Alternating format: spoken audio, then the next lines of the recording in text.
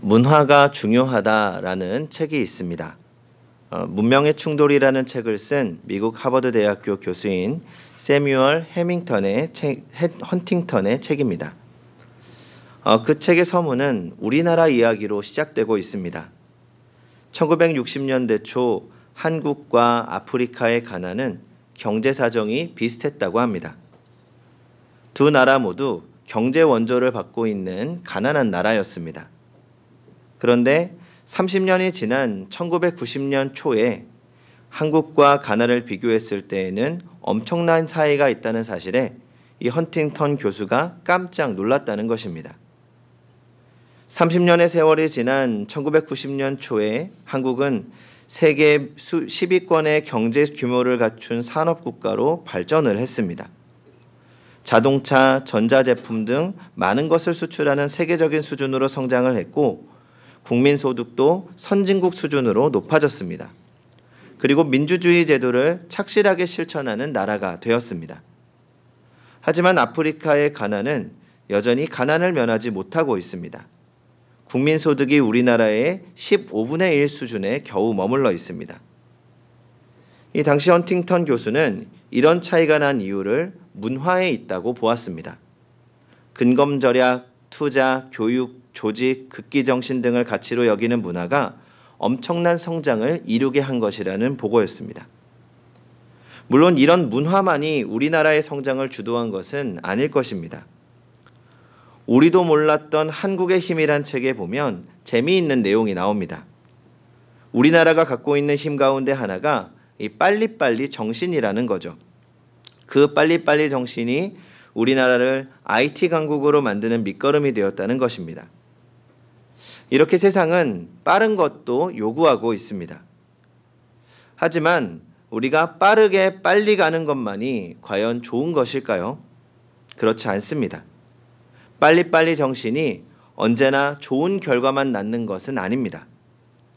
이 빨리빨리 정신이 우리나라를 잘 살게 하는 원동력 중에 하나였을지는 모르지만 또 다른 면에서는 부정과 부패를 만들어내고 잘못된 문화를 빨리 답습하는 역기능도 낳게 되었습니다. 그래서 때로는 돌아가는 여유를 가질 필요도 있습니다. 빨리빨리라는 조급증을 내려놓고 한 걸음 물러서서 여유를 가져야 합니다. 빠른 길로 가는 것보다 더 중요한 것은 바른 길로 가는 것입니다. 우리는 보통 하나님께 빨리 응답해 주시고 빨리 해결해 주시기를 기대하고 기도합니다. 그러나 하나님께서도 우리를 인도하실 때 빠른 길로 인도하시는 것이 아니라 바른 길로 인도하십니다. 성경에서도 하나님께서 하나님의 백성을 어떻게 이끄시는지 보여주고 있습니다. 이스라엘 백성들은 하나님의 권능으로 애굽을 탈출해 나왔습니다. 그리고 하나님께서 이스라엘 백성들에게 적과 끓이 흐르는 땅을 약속하십니다. 그리고 그 약속의 땅은 사실 그렇게 멀지 않은 곳입니다. 애굽에서 약속의 땅 가나안으로 가는 가장 빠른 길은 블레셋 사람들이 사는 땅을 통과해서 가는 길입니다. 이 당시 거기에는 애굽의 제18왕조가 북방 정책의 일환으로 이 빈번히 사용했던 잘 닦여진 길이 있었습니다. 그 길을 통해서 빨리 가면 가나안 땅까지 4일이면 갈 수 있습니다. 그러니까 60만 명이라는 많은 인구를 감안한다고 하더라도 2주면 가나안 땅 안에 충분히 도착할 수 있습니다. 그런데 하나님께서는 그 가까운 길로 이스라엘 백성들을 인도하지 않으셨습니다. 오히려 광야의 먼 길을 택하여 그 길로 인도하셨고 길어야 14일이면 갈 수 있는 땅을 결과적으로는 40년에 걸쳐서 가도록 돌아가는 길을 택하신 것입니다.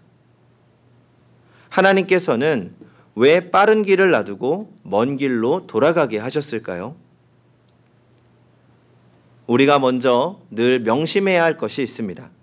하나님께서는 당신의 사랑하는 백성들을 언제나 빠른 길로만 인도하시는 것은 아니라는 것입니다. 하나님께서는 자주 우리에게 돌아가는 길로 인도하십니다. 어쩌면 빨리 가는 길보다 더 자주 돌아가게 하시는 것 같습니다.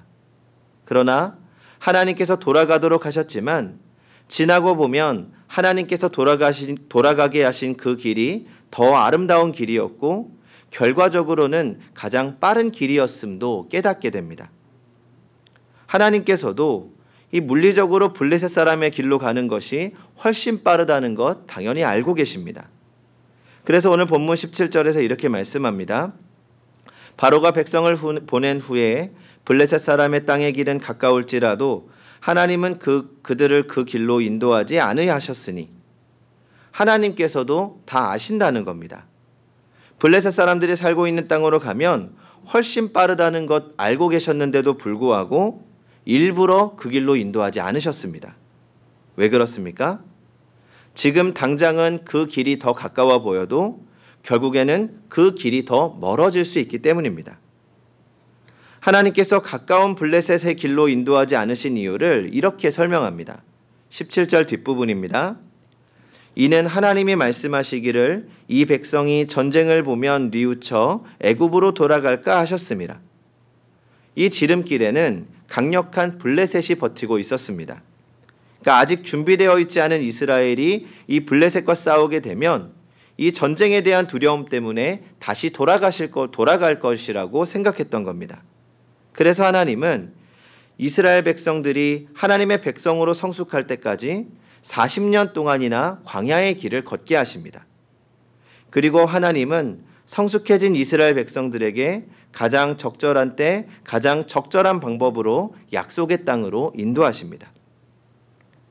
그리고 하나님께서 그들을 돌아가게 하신 또 다른 이유는 이스라엘 백성들과 더욱 깊이 교제하기 위해서입니다. 이 대학교 시절에 제가 아내를 짝사랑하던 시기의 이야기입니다. 제가 다니던 장로회 신학대학교는 이 광진구 광나루역에 위치하고 있습니다. 당시에 제가 살고 있던 곳은 그 반대편인 은평구 수색이었습니다. 서울의 끝에서 끝이었죠.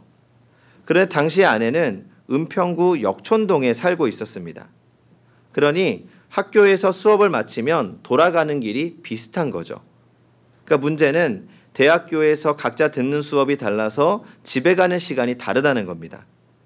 그러니까 이제 수업을 마치고 집에 돌아가기 위해서 지하철역으로 가는 동안에 은근한 기대감이 있었습니다.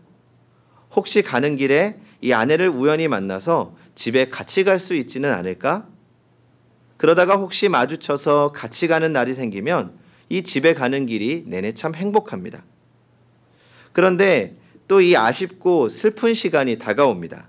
언제일까요? 이제 내려야 하는 지하철역이 다 와가는 겁니다. 그러니까 문제는 제가 먼저 내리고 아내가 그 다음에 응암역에서 내리게 되어 있습니다. 그러면 그 아쉬움에 제가 사용하던 방법이 하나 있습니다. 그게 뭘까요? 제가 이제 수색역에서 내려야 하는데 제가 내려야 할 역을 깜빡하고 놓친 척 하는 겁니다. 그러면 한두 정거장은 더 같이 있을 수 있거든요. 그렇게 내려야 할 역을 놓쳐서 응암역까지 가게 되면 또 저는 빙 돌아서 다시 집으로 가게 됩니다. 하지만 그래도 같이 있을 수 있는 시간이 더 길어지기 때문에 그렇게 조금이라도 더 같은 시간을 보내고 싶었습니다. 그리고 그 시간 동안에 제가 아내와 함께 열심히 하던 이야기가 있습니다. 무엇인가 하면 제가 어떤 사람인지에 대해서 말하는 겁니다. 나는 앞으로 어떤 일을 하고 싶고 어떤 사람이고 어떤 꿈이 있고 어떻게 살고 싶다. 그러니까 저에 대해서 어필하는 거죠. 그러니까 저에 대해서 좀 자세하게 알려주고 싶었습니다. 그리고 또 아내가 어떤 사람인지도 알고 싶었고요. 저와는 다른 경험이지만 아마 충분히 그런 경험이 있으실 겁니다. 사랑하는 사람과 조금이라도 더 같이 있고 싶어서 조금 더 알고 싶어서 빠른 길보다는 돌아가는 길을 선택하는 겁니다. 그러면 그 길이 길어도 행복한 시간이 됩니다. 잠시 돌아가면서 서로에 대한 이야기를 나누고 서로에 대해 친밀해지는 시간이죠. 돌아가는 광야길은 이스라엘과 하나님에게 있어서 더욱 가까워질 수 있는 시간이었습니다.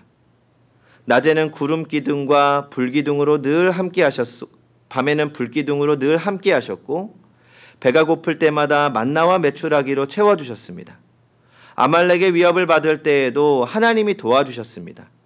시내산에서는 하나님의 율법을 받았고 하나님의 언약을 맺은 언약 백성이 되었습니다. 그 시간 동안 이스라엘과 하나님은 그 어느 때보다도 가까운 시간이었습니다. 이스라엘에게는 하나님만 바라보아야 했고 하나님은 이스라엘에게 자신이 누구인지 보여주시며 모든 것을 아낌없이 내어주셨습니다. 하나님은 그 시간 동안 하나님이 어떤 분이신지를 보여주십니다. 이스라엘 백성들이 하나님으로 인해 출애굽을 하긴 했지만 아직 하나님이 어떤 분이신지는 잘 알지 못했습니다.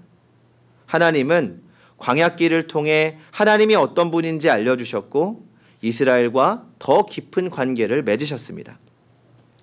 물론 이스라엘 백성들이 하나님이 베푸신 은혜가 무엇인지 그때 다 알지는 못했습니다. 그들은 그 광야의 길 동안 감사보다 불평을 늘어놓을 때가 더 많았습니다.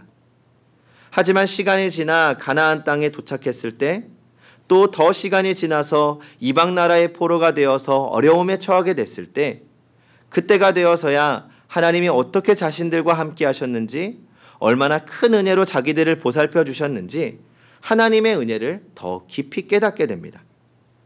그리고 그 은혜와 하나님의 함께 하심을 기억하고 감사하며 다가오는 어려움을 극복해 나갔던 것이죠. 성도님들도 지난 삶을 생각해 보시면 그럴 때가 있으실 겁니다.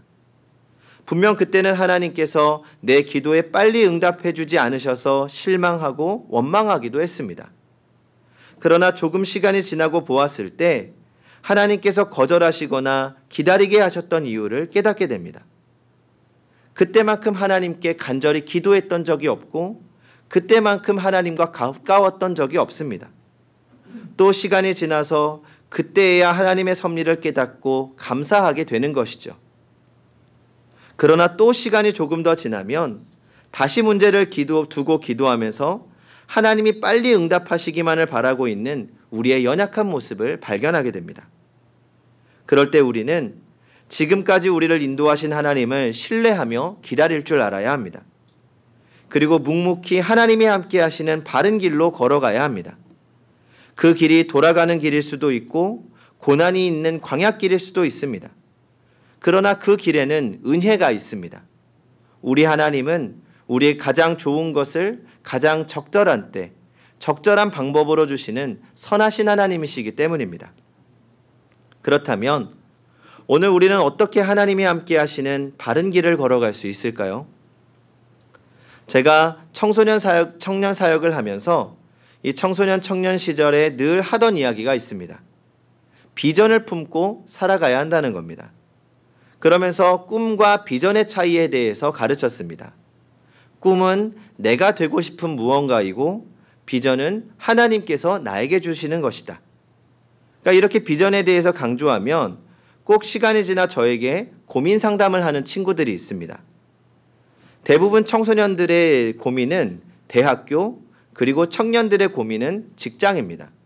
그러니까 문제는 아무리 기도해도 내가 지금 들어가고자 하는 학교가, 내가 들어가고자 하는 직장이 나의 욕심으로 인한 꿈인지 하나님이 주시는 비전인지 알 수가 없다는 겁니다. 이게 맞죠? 물론 기도하면서 하나님께서 우리에게 마음을 만져주시고 또 언제는 이게 하나님의 뜻이구나 하고 명확하게 느껴질 때도 있습니다. 하지만 대부분은 우리가 어떤 문제를 두고 기도한다고 하나님이 명확하게 답을 주시는 경우가 사실은 그렇게 많지 않습니다. 오히려 기도할수록 하나님의 뜻이 무엇인지 알 수 없어서 답답할 때도 굉장히 많습니다. 그런데 저는 어떤 하나님의 뜻을 분명히 아는 것도 중요하지만 이런 고민과 기도들의 시간이 참 중요하다고 생각합니다. 내가 지금 가고자 하는 길이 자기의 욕심으로 가고자 하는 것인지 아니면 하나님께서 나에게 주신 비전인지 알 수 없어서 하나님께 묻는, 하나님께 기도하는 그 자체가 중요한 겁니다. 우리가 하나님께 묻지 않고 그저 조금 더 빠른 길로 가고자 할 때 그 길은 하나님의 뜻에서 벗어날 확률이 굉장히 높습니다. 그리고 조금은 느리더라도 하나님께 묻고 한 걸음씩 간다면 그 길은 분명히 하나님의 뜻 가운데 있을 것입니다. 그리고 혹시나 하나님의 뜻과 멀어진 길이라면 그 후에도 계속해서 하나님께 묻고 기도하는 가운데 하나님께서 반드시 바른 길로 우리를 인도하실 것입니다. 또 중요한 것은 그렇게 기도하는 가운데 하나님이 함께 하시는 바른 길이라는 확신이 들었을 때입니다. 때로는 그 길이 돌아가는 길일 수도 있고 광야길일 수도 있습니다. 그러나 하나님이 함께 하시고 원하시는 길이라면 우리는 순종하는 믿음과 결단이 필요합니다. 우리가 그 길을 몰라서 못 가는 경우도 있지만 알아도 갈 수 없는 경우가 있습니다. 우리는 각자의 헌신의 한계선이 있습니다. 시간적인 한계가 있고 물질의 한계가 있고 관계로 인한 한계가 있습니다. 우리의 욕심과 하나님의 뜻하심 사이에서 우리는 고민하며 도전하기도 하고 때로는 포기하고 뒤돌아서기도 합니다. 그러나 그 모든 순간에 우리가 가장 먼저 해야 할 것은 하나님께 무릎 꿇고 기도로 나아가는 것입니다. 그래서 우리가 늘 모범으로 삼아야 하는 기도는 겟세마네 동산에서 십자가를 앞에 두고 주님이 하신 기도입니다. 주님은 주님이 가야 할 길을 알고 계셨습니다. 주님이 가야 할 길은 십자가의 길이었지요. 마지막 십자가를 눈앞에 두고 겟세마네 동산에서 땀방울이 핏방울이 될 정도로 기도하셨습니다. 그리고 끝내 하나님 앞에 이렇게 기도하십니다. 아버지여, 만일 아버지의 뜻이거든 이 잔을 내게서 옮기시옵소서. 그러나 내 원대로 마옵시고 아버지의 원대로 되기를 원하나이다. 그리고 주님은 하나님께서 원하시는 길로 순종하며 가셨습니다. 그렇게 죽으시고 부활하셔서 승리하셨고 우리도 주님의 순종으로 영원한 생명 가운데 동참하게 된 것입니다. 그리고 우리도 하나님의 뜻에 순종하며 걸어갈 때 그 끝에는 하나님이 주시는 승리와 영광이 있음을 분명히 믿습니다. 성도 여러분, 하나님은 오늘도 우리를 선한 길로 인도하고 계십니다. 그러므로 우리는 빠른 길보다 하나님이 함께 하시는 바른 길을 걷기 위해 노력해야 합니다. 조금 돌아가도 됩니다. 조금 늦어져도 됩니다. 방향을 정하기 전에 하나님께 기도하며 방향을 물어야 합니다. 한 걸음 한 걸음 말씀에 비추어 조심히 내디디십시오. 그렇게 조금은 느리더라도 주님의 길을 걷기 위해 가다 보면 그 길의 끝에는 우리 주님께서 우리를 기다리고 계실 것입니다. 그리고 우리의 모든 수고를 알고 계시며 수고하였다 칭찬해 주실 것입니다. 그러므로 바른 길을 포기하지 마십시오. 조금 빨라 보인다고, 조금 쉬워 보인다고, 조금 재미있어 보인다고 주의 길을 벗어나지 마시기 바랍니다. 그리고 끝까지 주님의 길을 걸어가는, 그리하여 마침내 승리하는 성도님들이 되시기 바랍니다. 기도하겠습니다.